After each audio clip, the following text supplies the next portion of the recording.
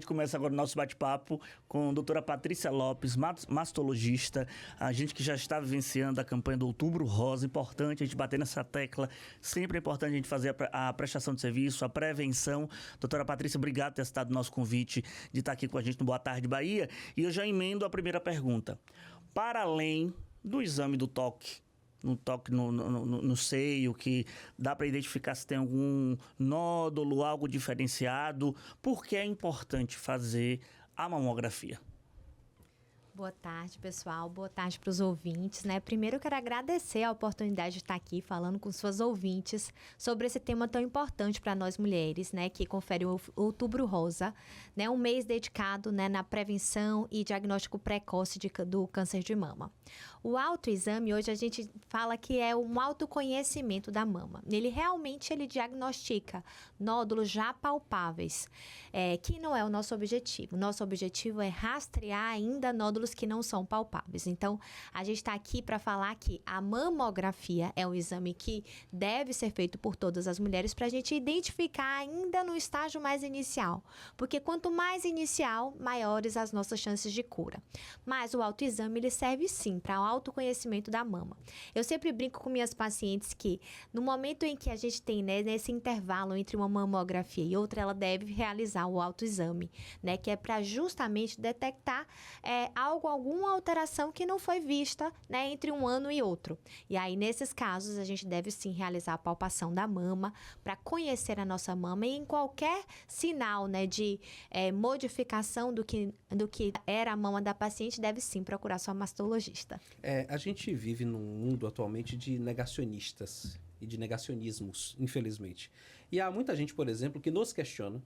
Todo mês a gente tem uma coloração para falar de um tipo de campanha. E muitas dessas pessoas dizem, eu não sei para que vocês continuam com isso, porque não funciona. Vamos trazer em termos práticos aqui para nossa audiência, né? Que sim, de fato funciona e por quê? O Outubro Rosa, né, foi a primeira campanha que deu a cor ao mês, né? E ele foi desde a década de 90 e realmente é uma campanha que funciona. Por quê? Porque a gente tem aí promovendo no mundo todo, você vê que os principais monumentos do mundo, o Cristo Redentor, a Torre Eiffel, ela se colore de rosa. O elevador Lacerda, exato. Todo se colorem de rosa. E a gente traduz isso em números, né? No outubro é o mês que mais se faz mamografia, né, para as mulheres. Primeiro porque são feitas diversas campanhas aqui na Bahia. Nós temos a campanha do Governo da Saúde, que é feito geralmente na Fonte Nova, que convoca essas mulheres que às vezes não têm a oportunidade de realizar durante o ano. Sim. E que aproveitam esses mutirões que são às vezes proporcionados por clínicas particulares, né, promovidas por ONGs, né, para realizar a mamografia dessas mulheres. Às vezes não têm essa oportunidade de realizar durante o ano e nesse mês é feito. Então, o mês, a gente aumenta o número de mamografias de forma muito significante. Então, portanto, o que a gente sempre fala, né, que é o mês que o mastologista trabalha mais. E aí, depois, novembro e dezembro, a gente continua esse trabalho, porque a gente diagnostica ali em outubro, e aí começa a realizar os exames, né, as biópsias, as cirurgias em novembro e dezembro. Então, o final de ano sempre muito apertado para o mastologista, porque, graças a Deus, tem esse mês aí de conscientização em que as mulheres realmente e de fato procuram, aumenta, né?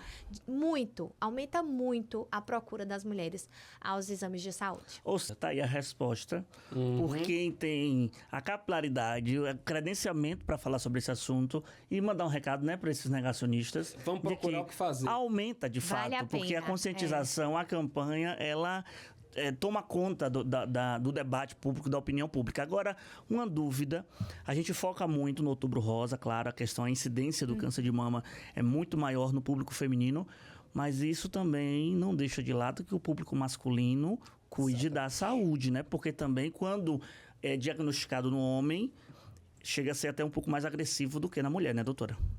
O homem a gente geralmente não fala do câncer de mama em homens porque é mais raro, né? Na mulher, ele é super comum, é o câncer mais comum das mulheres, é o câncer que mais mata mulheres, mas no homem é cerca de 1% de todos os cânceres de mama. Geralmente, quando a gente diagnostica no homem, já que a gente não tem exame de rastreio por ser raro, a gente já diagnostica num estágio um pouco mais avançado, né? Que é palpável. Primeiro porque a mama do homem é menor, então ele se torna mais mais palpável mais cedo, né? Segundo, porque não existe o rastreio para os homens. Então, pode ser que a gente diagnostique de uma forma mais avançada e, nesses casos, realmente, o prognóstico não é tão bom quanto nos estágios iniciais. Bom, doutora, tem uma dúvida que é curiosa.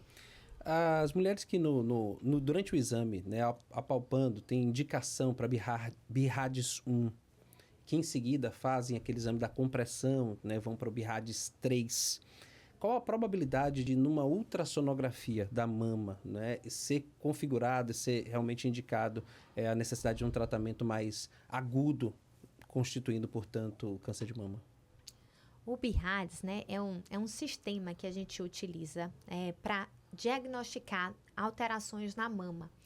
Ele pode ser de 0 até 6, né? O 0 é quando é inconclusivo, o 1 é quando não tem alterações, o 2 quando essas alterações são benignas, o 3 quando elas são provavelmente benignas. Quando é a partir do 4, 5 ou 6, o 6 é quando a gente já tem o diagnóstico. E 4 ou 5 são nódulos mais suspeitos. E aí, nesse caso, a gente precisa de uma conduta mais intervencionista, que é a biópsia da mama, que a gente vai precisar tirar um fragmentozinho lá dessa imagem, que foi BIRADS 4, para afastar o câncer de mama. Então, essas mulheres, elas precisam, né? Elas são geralmente encaminhadas para a sua mastologista para já dar prosseguimento à investigação. Não é motivo de pânico, né? Porque ainda no 4 e o 5 existe chances de ser benigno, embora a gente tenha uma probabilidade maior dele ser um diagnóstico de câncer. Então, essas mulheres devem procurar sua mastologista para uma conduta adequada. Abaixo disso, a gente pode só acompanhar essas mulheres. BIRADS 1, 2 e 3, elas precisam de acompanhamento. Então, a depender, né, a gente tem que contar, além dessa imagem da história familiar, do passado dessa mulher, se utiliza alguma medicação, hormônios, tudo isso. A gente avalia fatores de risco e define conduta. Doutora Patrícia Lopes, mastologista, para a gente encerrar. Primeiro, além do nódulo, que é palpável, vamos colocar assim, no autoexame, quais são outros sinais que precisa que a mulher, principalmente, fique alerta? E segundo, uma vez diagnosticado, como é que funciona o tratamento? Existem alguns sinais do câncer de mama, mas vale ressaltar que a grande maioria não vai ter nenhum sinal. E é o que a gente espera mesmo, né? Que em estágios mais iniciais a gente não vai ter nenhum sinal clínico na mama, apenas na imagem. Mas o nódulo é o principal sintoma. A palpação do nódulo, a gente precisa de uma avaliação com o mastologista. Mas podem ter ainda as palpações de linfonodos, que a gente chama de íngua mamária, alteração na pele, né? A pele mais vermelha, mais enrugada, assimetria, né? Uma diferença entre uma mama e outra, o mamilo intruso, que não era antes, ou saída de um líquido do mamilo, que pode ser de forma sanguinolenta, unilateral. Nesses casos, a gente deve procurar um mastologista para a melhor investigação. Essas mulheres, elas precisam de uma avaliação o quanto antes para a gente afastar qualquer hipótese nessas mulheres. E a avaliação principal, né, depois do diagnóstico, a gente vai definir qual vai ser o tratamento. Até o presente momento, todas as mulheres com diagnóstico de câncer de mama, elas precisam de cirurgia. A gente não sabe se essa cirurgia ela vai ser antes ou depois do tratamento adjuvante, que é quimio-radioterapia. Todas as mulheres precisam de cirurgia, mas nem todas vão precisar de quimio-radioterapia. Quanto mais precoce a gente vai ter esse diagnóstico, menor a chance dela precisar de quimio e radioterapia. Mas o tratamento é baseado na cirurgia, quimio e rádio. Quanto mais precoce, maiores as chances de cura, que pode chegar a 95%. É um câncer comum, mas tem muitas chances de cura. Doutora Patrícia Lopes, muito obrigado. Os microfones seguem à disposição e sucesso nesse período, nesse Outubro Rosa, que a gente consiga derrubar esses índices tristes e elevar os índices positivos. E muita energia, né? Porque como aumenta também a demanda, né? Para aguentar o fluxo. Tranco até o final do ano. Estamos preparados para isso, né? O que a gente quer é que mais mulheres busquem o sistema de saúde para poder avaliar, né? Porque é importante para um diagnóstico precoce ou às vezes para prevenção também do câncer de mama. Eu que agradeço agradeço a vocês pela oportunidade de estar aqui, falar com as ouvintes, né, que a gente possa disseminar ainda mais essa informação sobre saúde, sobre a necessidade de realizar a mamografia a partir dos 40 anos de forma anual. Muito obrigada, sucesso para vocês. Foi uma honra estar aqui. Obrigado, Pra doutora. todos nós.